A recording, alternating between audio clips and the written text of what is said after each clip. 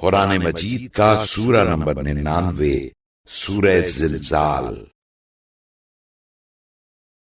سورہ زلزال کے متعلق چند مختصر نکات تلاوت و ترجمے کے ساتھ۔ بسم اللہ الرحمن الرحیم۔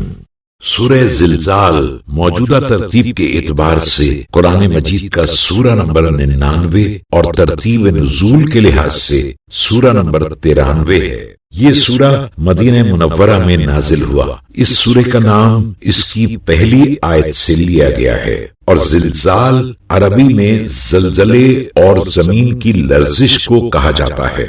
سورہ زلزال انسانی ضمیر کو جھنجھوڑتا ہے اور انسان کو غفلت کی نیند سے جگاتا ہے کہ قیامت کے دن زمین اللہ تعالی کی بارگاہ میں اپنے یعنی زمین کے اوپر بجا لائے گئے اعمال کی گواہی دے گی، اور اعمال کا ایک ایک ذرہ اللہ تعالی کی بارگاہ میں محفوظ ہوگا۔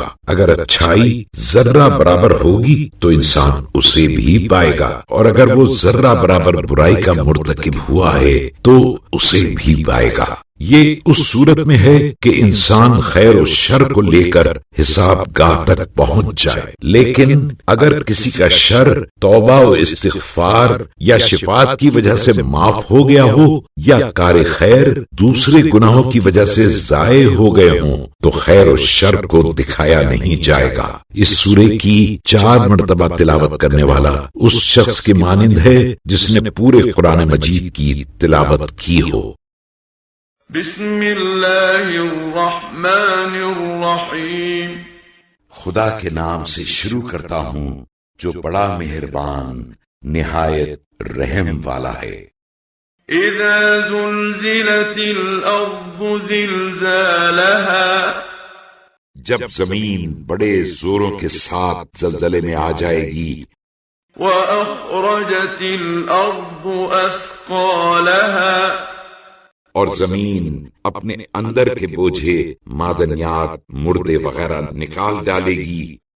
وقال الانسان ما لها، اور ایک انسان کہے گا کہ اس کو کیا ہو گیا ہے۔ یومئذ تحدث اخبارها، اس روز وہ اپنے سب حالات بیان کر دے گی۔ بأن ربك اوحى لها، کیونکہ تمہارے پروردگار نے اس کو حکم دیا ہوگا۔ يومئذ يصدر الناس اشتاتا ليروا اعمالهم، اس دن لوگ گروہ گروہ اپنی خبروں سے نکلیں گے تاکہ اپنے اعمال کو دیکھیں۔ فمن يعمل مثقال ذرة خيرا يره، تو جس شخص نے ذرہ برابر نیکی کی وہ اسے دیکھ لے گا۔ ومن يعمل مثقال ذرة شرا يره، اور جس شخص نے ذرہ برابر بدی کی ہے تو اسے دیکھ لے گا۔